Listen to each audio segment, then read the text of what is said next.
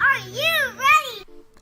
Hello, and welcome to the Whole House Podcast, where you can find home, health, and family all in one place. Our team is comprised of moms from different upbringings and backgrounds, and we each have different passions and giftings and strengths. We each represent a different room, and we all make up the whole house. So grab a cup of coffee and join our overly caffeinated ladies here for the Whole House Podcast.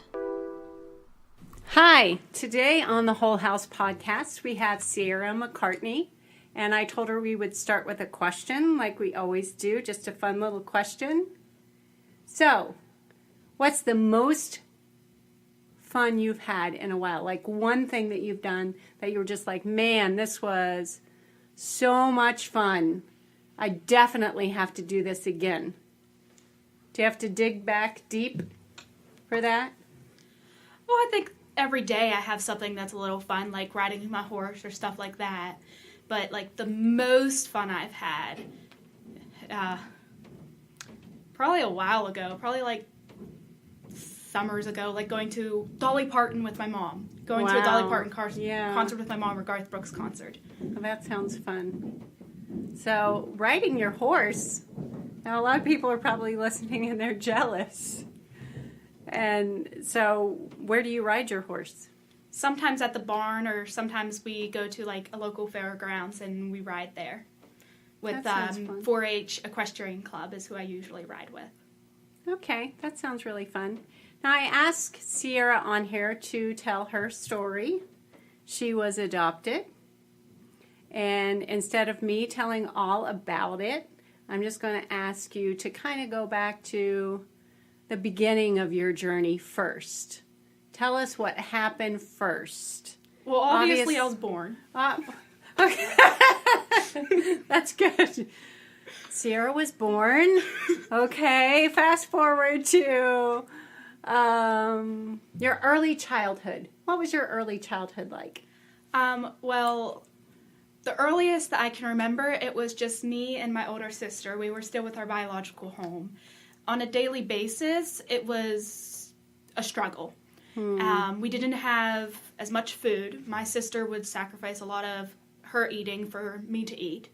It was a very abusive situation. My mother and several other family members were very abusive. Both of my parents were drug addicts. So it was quite a struggle, I think, for both me and my older sister in our early childhood. And then eventually, before we came into the foster care system, I got a little brother too. And he was only a baby whenever we came into a foster care system, so he doesn't seem to remember it as much. Right. So there was a lot of chaos in your home, a lot of not knowing what to expect from day to day. I had that too because of my father was an alcoholic, so my early days were full of not knowing what was going to happen on that day, whether he was going to be angry about something that the day before he was happy about. So I definitely understand that. No, I wasn't put in foster care, but so... Now for me, my everyday life, I was abused so often that it became like waking up and brushing your teeth. You just did it. Oh, so it became your normal. It became my normal. So it wasn't just... There was a lot of unexpected, but for me, I'd rather the expected. Even though the expected for me was abuse or neglect, I would rather that than have the unexpected. Right.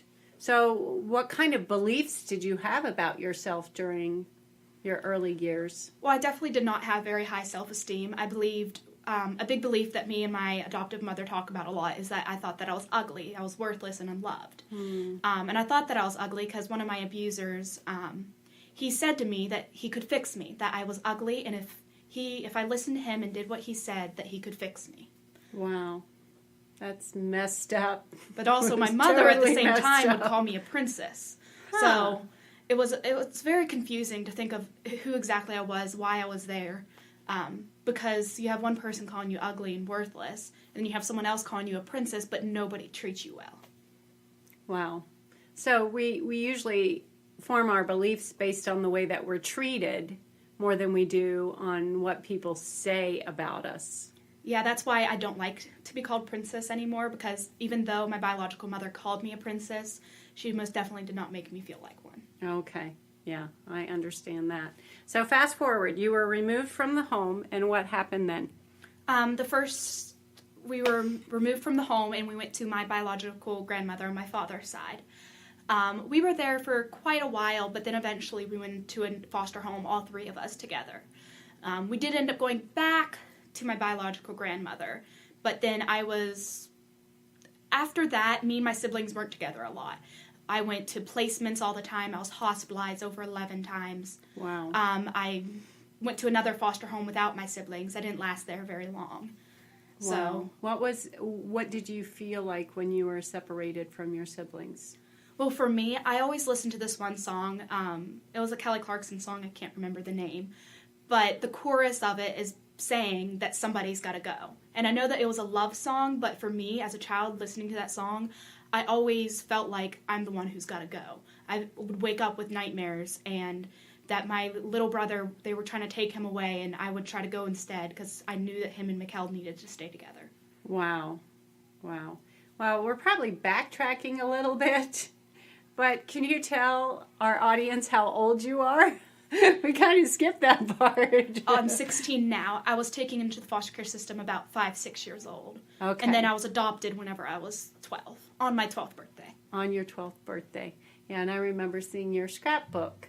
Yes. That was an amazing thing. Yeah, my therapist suggested it because since I had a lot of younger memories that weren't good, like I didn't really have the pictures of baby pictures and stuff like that, she suggested to make like a scrapbook that represented those years. Right. That was a good idea. Very good idea. I like your scrapbook. So once you went through multiple foster homes, I remember you had said there was a point that you were put into an institution. Yes, actually I was put into 2 different institutions. Child Help down in Virginia. I was 6 or 7. I can't really remember. They had tons of horses. I really loved that place. Mm-hmm. And then before I went to my mom now, I was in a placement called the Bradley Center up in PA. Mm-hmm. And that place, I was there for about 2 years before I left. Wow, 2 years is a long time. Well, they tried to discharge me several times, but I couldn't leave, in other people's opinion, until I was healed. Oh, okay. Well, it didn't sound like to me that it was a place that you made a lot of progress in or needed to be in. No, I don't. I feel like the biggest reason I feel like I was there is to work with my trauma. But I definitely feel like I was there longer than what I should have been just because nobody would take me in.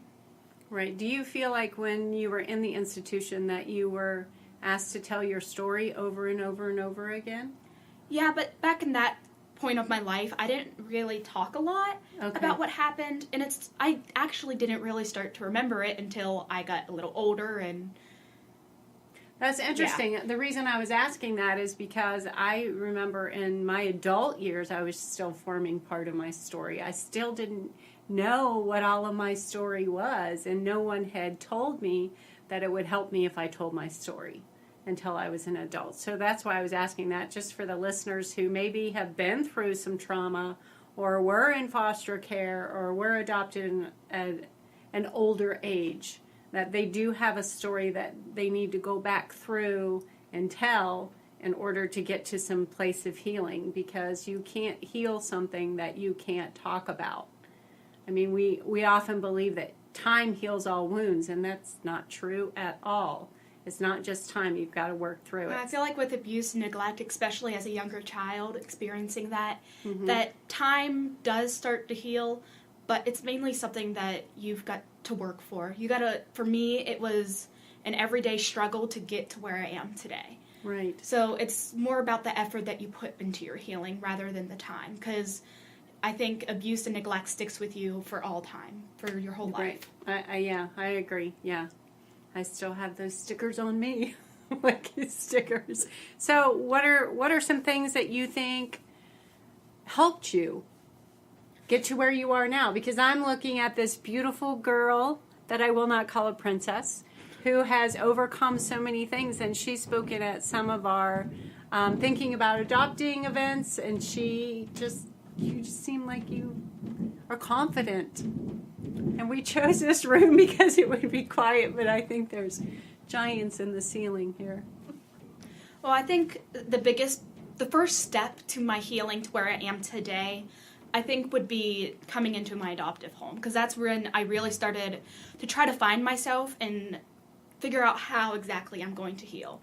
And not to be cheesy, but I do feel like my mom was the biggest part of my healing because she was able to guide me in the direction I needed. Well, yeah, I don't think that's cheesy at all. And I would say even for maybe there's a kid in an adoptive family that's listening to this who's older, that they might be looking for that healing. They might be trying to figure out how are they going to get it. And oftentimes, as you know, that sometimes when kids come into the home through adoption, they're angry, they're hurt, they're acting out of their old normal instead of their new normal, and sometimes they're not willing to receive that help. So what kind of advice would you give them? Well, first of all, I don't feel like healing is something you get. I feel like it's something you do. Because it's the choices that you make that helps you heal, not the choices that people make for you. Because once you hit a certain age, it's your choice whether or not, what kind of person you want to be, and if you want to heal and move on from what's happened and choose to make a difference rather than to stick in the past. That's a good point. That is a very good point. So we have to choose our healing, and our adopted children have to do the same. As much as we moms just want to fix everything for them, because that's me. I just wanted my kids to be okay. I wanted them to feel safe and secure, and I certainly believe there's a lot of things that moms and dads can do for their kids to make them feel safe and secure. Safe and security, I think, is the biggest thing that a foster parent or adoptive parent can do for a kid, because that gives them a place where they feel secure, so then they can be like, well, maybe this is the time to start healing. Right, exactly. I agree, because I know that some of my kids struggled with the idea that there maybe not be food there, and I had to make snack baskets for them and show them where the snack baskets were, and they could get something out of those anytime they wanted, until the point that they felt secure that there was going to be food. Well, I know in my earlier journey of foster care that I struggled with that too, not worrying if there was going to be food on the table. Mm-hmm. So I know that I would eat as much as I possibly could when I got the chance. Right. Now, after years and years later, once I came into my new adoptive home, the struggle was getting uninstitutionalized, because I was in an institution for so long that I was used to the behaviors that you are there, like asking to use the restroom, asking for something to eat, like simple stuff like that really make a difference. And once you come into a home, you don't have to ask to go to the restroom, you just go. Right. That's funny. I could see some of my kids doing that. They would do that. Can I go? And they were in the orphanage for 2 years. So they would say, can I go to the bathroom now? So, yeah.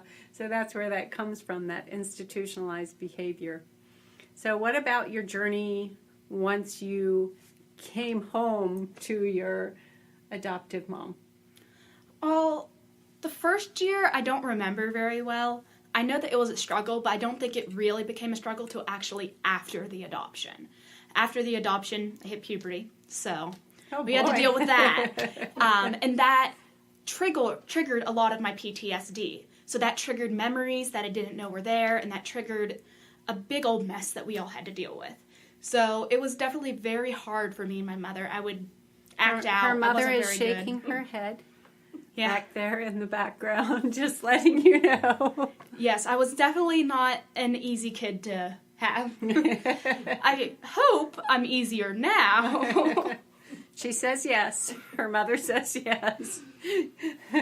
Is it irritating having your mom sitting there, or are you used to this? Oh, no, she does this all the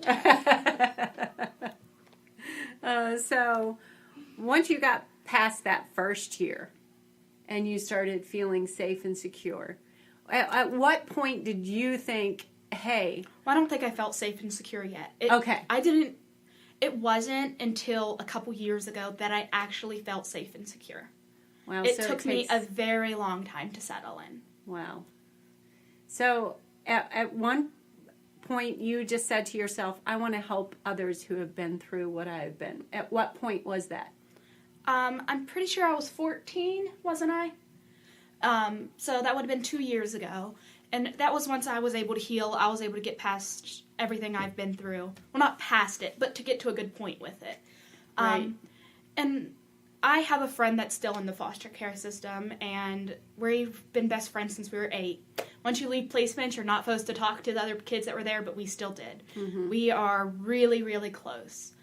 She has not found a home, but watching her still struggle, I think, was one of the inspirations to help kids that still might be in that situation, or kids that were in my situation where you feel unloved and you feel worthless. And foster parents to help understand exactly what it's like to be a foster kid. I know you can never truly understand it completely unless you're in their shoes. Unless you were one yourself, right? But to understand that the struggle isn't always loud. It isn't always screaming at you, this is what's wrong. Sometimes we don't even know what's wrong ourselves. Yeah, that's a good point, because I wrote this little handbook for adoptive and foster parents, and it's called 5 Things. And each chapter is 5 things, and one of the chapters is 5 things your adoptive or foster child would like to tell you. And one of the things that I talk about is that quiet. You know, sometimes when you have a child who's had trauma in their life and you take them out in public and they're quiet and they're well-mannered, and people will say to you, oh my goodness, he's just so well behaved, he just must be so adjusted. And you're thinking, are you kidding me? Wait till you see the kid when they get home and all the stress of being out in public is released and they can't hold it in anymore and they melt down. So yes, we can't just assume. And my point was, what you see in public is not always a true picture of what's going on at home. And we can't assume that. And we can't assume that the quiet ones... Well, I was an extrovert, so I wasn't necessarily quiet, but except for at school, I did behave a little better, like, in front of people. But whenever I got home just with my mom, I felt like I was a wreck. Right. And so, I don't...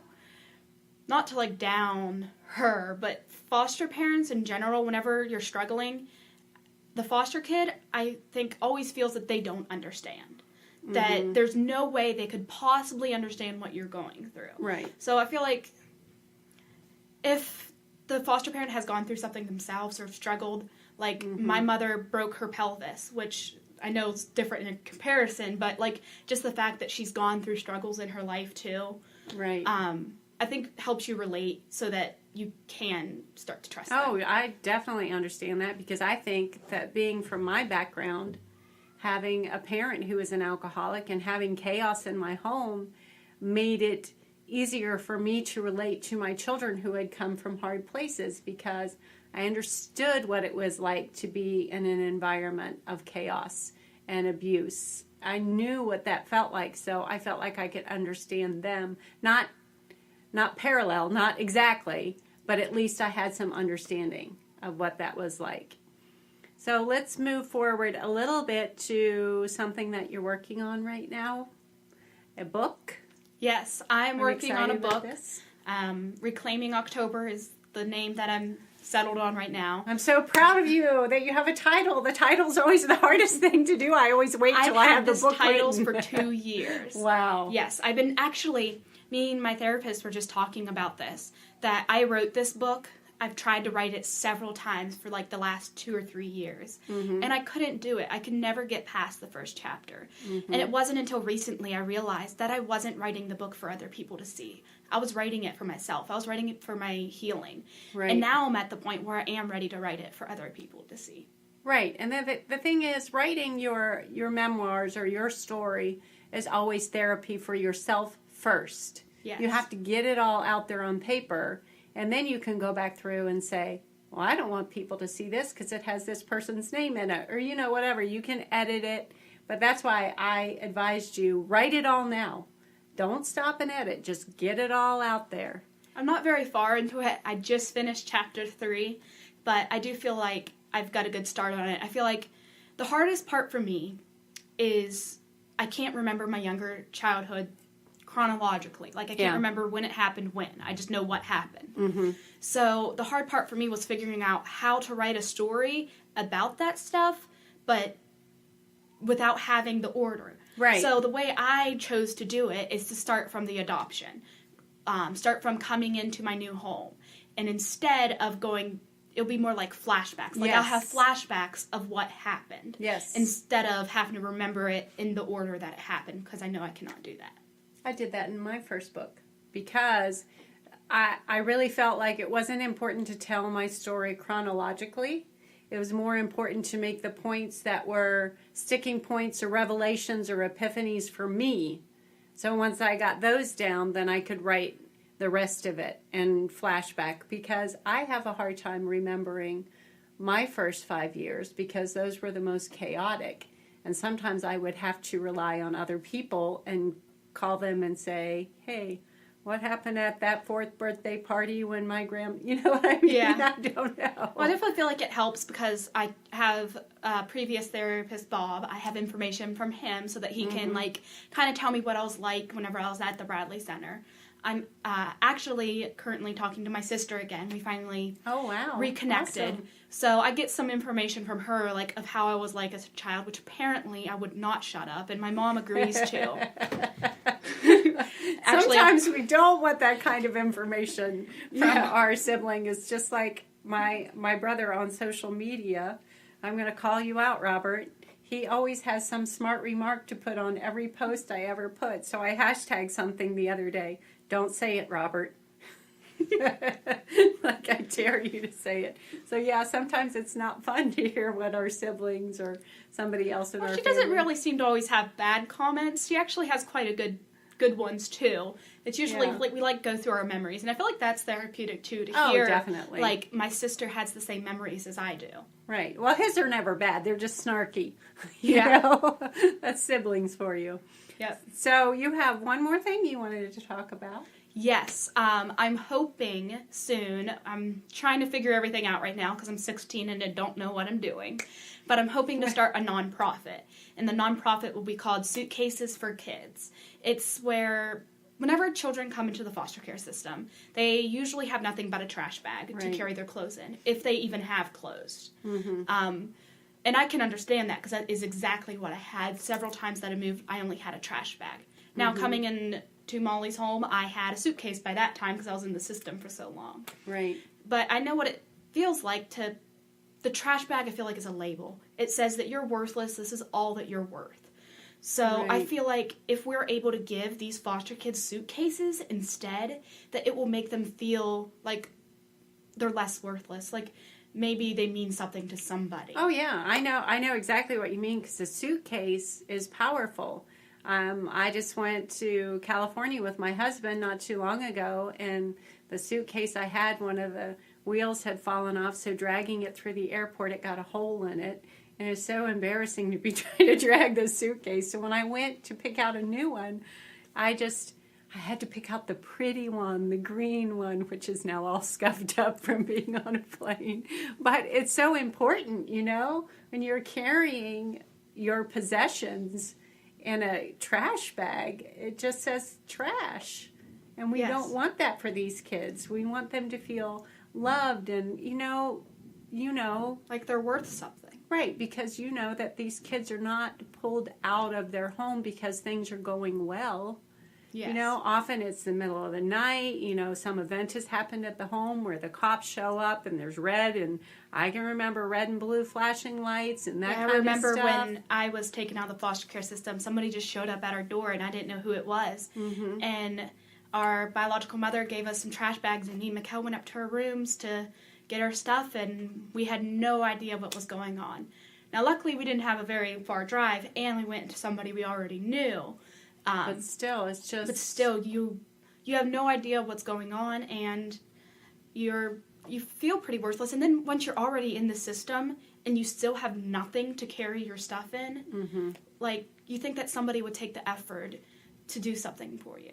Well, you are going to take the effort. Yes, and I'm hoping in each suitcase also that I'll be able to have a little stuffed animal with a tag around its neck a note from one foster kid to another so that they don't feel alone in their journey. Oh, that's amazing. I love this. So we will keep you updated on Ciarra's progress, and I will be poking her about her book because I need some more chapters to read. I finished chapter 3, and I'm going to try to do chapter 4 sometime this week if I get my schoolwork done. Right. Schoolwork comes first. Yes. So we'll keep you updated on both of those things. We'll let you know on the whole house.